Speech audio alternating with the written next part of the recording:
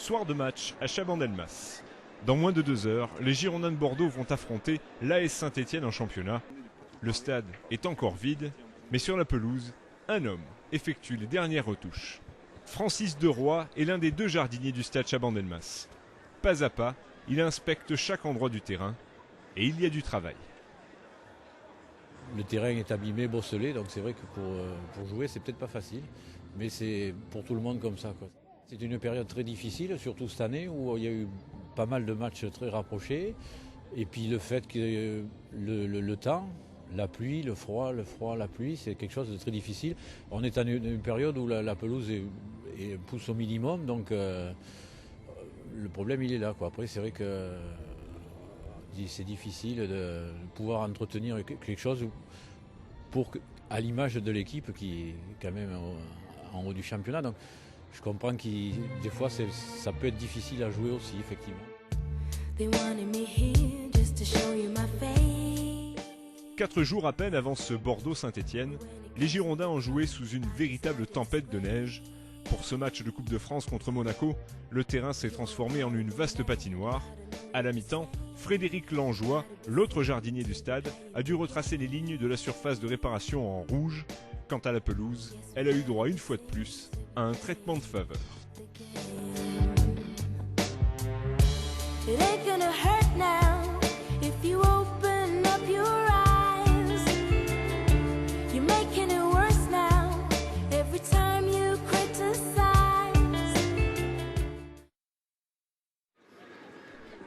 « 19h45. Comme le veut le protocole, l'arbitre de la rencontre examine le terrain en compagnie de Francis Deroy. Et malgré les conditions hivernales, la pelouse est en bon état. Messieurs, bonne soirée. Les joueurs ont l'occasion de s'exprimer de bien belle manière ce soir, parce que franchement, pour une pelouse qui était en danger il y a 4 jours, elle est souple, on n'a aucune trace de gel, donc ce sera parfait pour ce soir. Elle est pas mal, moi je trouve. Elle sera peut-être un peu difficile à jouer, je ne sais pas comment elle va se comporter, si ça va bien tenir, mais bon, je pense qu'elle est pas mal. Si le temps reste comme ça, si ça gèle pas trop, je pense que on devrait pouvoir avoir du joli jeu. Au même moment, les joueurs stéphanois viennent reconnaître le terrain. Il ne reste plus qu'1 heure avant le match et la température de la pelouse ne cesse de baisser. Bon, c'est vrai que c'est assez sec. On voit qu'avec le froid, bon, c'est vrai que le terrain est assez dur, mais bon, je pense que les jardiniers ont fait le maximum et c'est bien et ça promet un beau spectacle. 20h30, les Girondins pénètrent sur le terrain pour effectuer le réchauffement. C'est à ce moment-là qu'ils découvrent la pelouse. Dernière sensation, dernier réglage, avant de disputer leur 7e match en 1 mois sur leur terrain.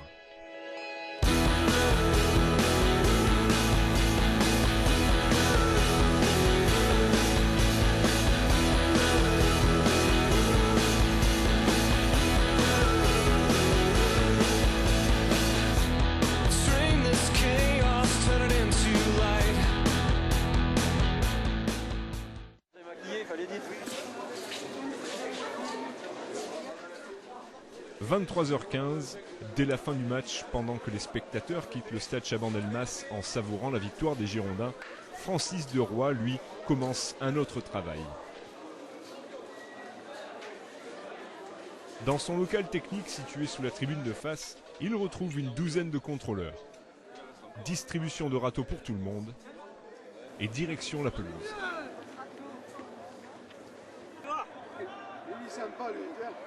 Commence alors une opération fastidieuse, le rebouchage de la pelouse.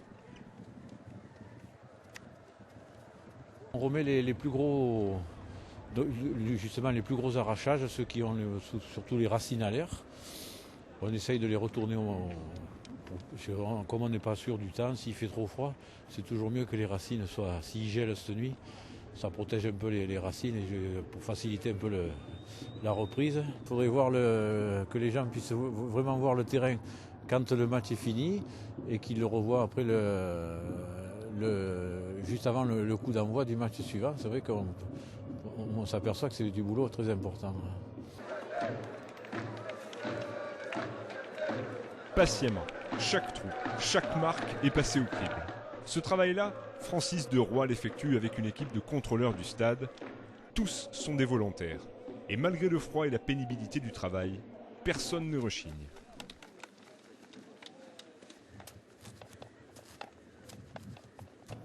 Bien sûr qu'il faut être variant. De tout à jamais, il faut le faire. Oui, c'est un esprit là. On est obligé de faire ça pour les joueurs, voilà, pour leur faire un beau terrain et puis pour nous c'est une satisfaction de pouvoir marcher sur la pelouse aussi. Pas trop dur de faire ça? Non, c'est fatigant. Au moins on bouge, on a moins froid.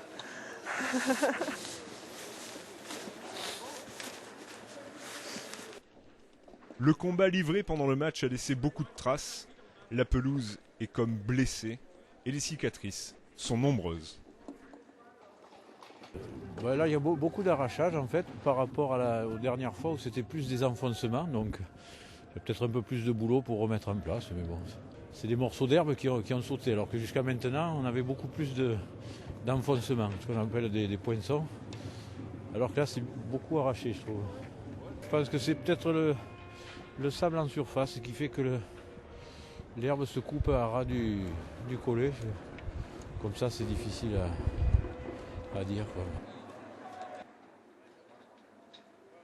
Les derniers supporters ont quitté le stade. Peu à peu, les lumières s'éteignent. Sur le terrain, seuls les techniciens de la télévision sont encore là. Le bruit et l'atmosphère électrique du match ont laissé place à un étrange silence. Il est minuit et demi. Le travail de Francis Deroy et son équipe est terminé. Le prochain match à Chabandelmas n'est que dans 3 semaines.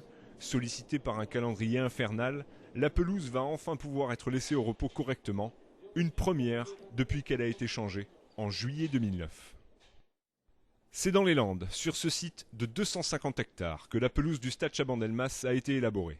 C'est également ici que celles du stade Vélodrome à Marseille et du Nou Camp de Barcelone ont vu le jour, autrement dit, une référence en la matière.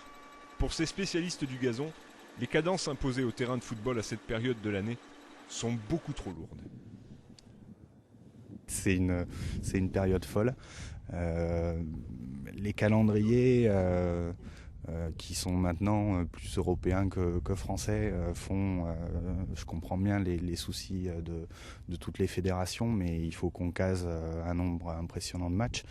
Le souci majeur pour la pelouse, c'est qu'on casse ces matchs-là pendant les 3 mois d'hiver. Et bien sûr, les conditions climatiques, on les maîtrise pas. Donc, quand il neige ou quand il pleut beaucoup, et qu'on joue et qu'on est obligé de jouer, on détériore la pelouse. Donc, pourquoi, moi je pose la question, pourquoi jouer impérativement ces matchs-là pendant cette période qui n'est pas du tout favorable à la pousse du gazon? Le gazon en hiver, il pousse pas, donc il peut pas se régénérer. La seule chose que les jardiniers du stade peuvent faire, c'est des sursemis pour maintenir une pelouse correcte. Mais encore une fois, quand il gèle, on peut ressemer, ça va pas faire reverdir une pelouse, ou même si on met de l'engrais, ça va pas la faire reverdir. Les temps de jeu, si les matchs ont lieu tous les 3, 4, 5 jours, la pelouse, dans quelle que soit la pelouse, n'aura pas le temps de se régénérer. Donc c'est vrai que les conditions de calendrier sportif sont telles que la plante, elle est vivante, mais en hiver, elle pousse pas. Donc c'est le souci, c'est le gros souci, oui. Lendemain de match au stade Chabandelmas. Ce matin, les jardiniers profitent de la lumière du jour pour affiner le travail de la veille. Problème, il fait trop froid pour travailler la pelouse. La pelouse est trop gelée, donc les pelons sont trop durs et au lieu de bien les remettre en place, on les brise plutôt qu'autre chose. Donc on annule l'opération complètement, ou enfin, on la reporte cet après-midi, où normalement, comme le soleil est là, ça devrait être dégelé, ou au moins on pourra commencer la partie qui est depuis plus longtemps au soleil. L'équipe technique de la mairie de Bordeaux rejoint les jardiniers pour les premiers prélèvements et effectuer leurs constats. Mon rôle, c'est de regarder avec les différents intervenants, les jardiniers, les responsables du secteur. On fait un point sur la qualité végétative de la pelouse, savoir un petit peu où est-ce qu'on en est au niveau bien de la pousse, de la planimétrie. Enfin, on regarde de près les qualités sportives. Et puis on va adapter donc toutes les façons culturales pour soit remédier aux différents défauts et puis donc travailler pour la culture donc de la plante, c'est-à-dire bien ce que je viens de dire, faire redémarrer maintenant la pousse et puis stimuler un petit peu donc notre gazon.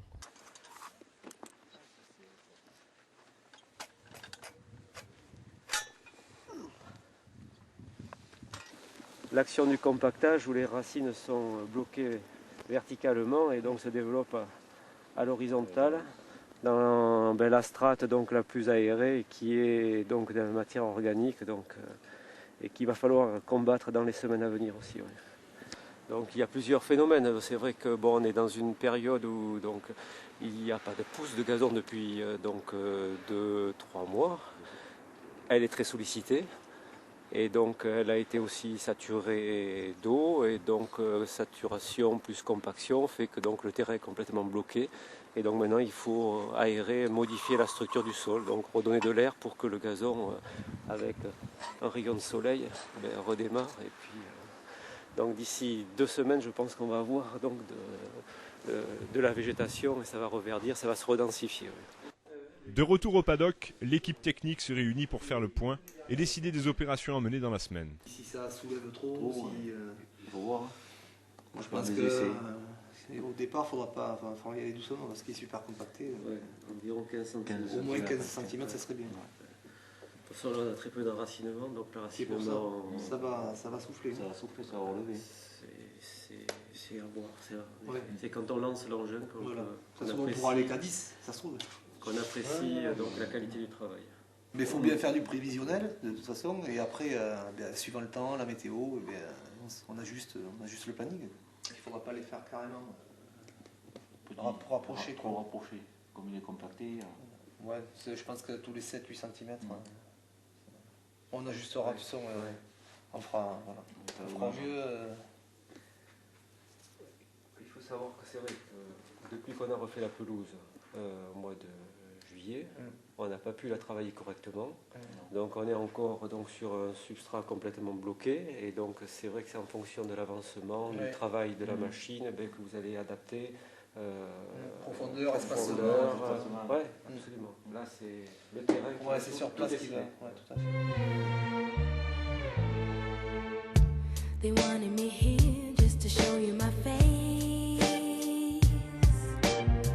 But when it comes to the crunch, I just hide in disgrace.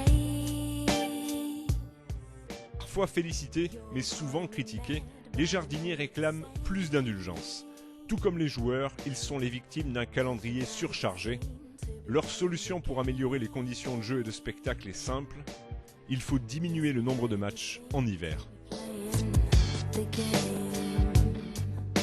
On a eu un match de rugby en plus qui est venu se greffer, un match amical là, avec les partenaires des Girondins, ce qui fait que les périodes où on aurait pu, parce que comme c'est des travaux en général faits avec des gros matériels, n'a pas pu être mis en œuvre et du coup on se retrouve un peu coincé là maintenant à cette période où là c'est encore pire puisqu'il y a le froid et l'eau qui étaient de la partie, donc on n'a pas réussi à faire ce qui aurait dû être fait pour effectivement avoir peut-être une pelouse un peu plus dense qu'elle ne l'est à l'heure actuelle.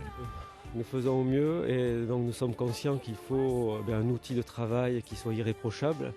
Et c'est vrai que décembre, janvier, c'est une période très critique et donc il faudrait absolument ralentir le calendrier sur ces 2 mois. C'est vrai qu'on sait très bien que en plus de notre région, à la mi-février, donc on a des possibilités d'avoir de belles journées, donc la végétation redémarre et on sait très bien que la culture du gazon en est facilitée.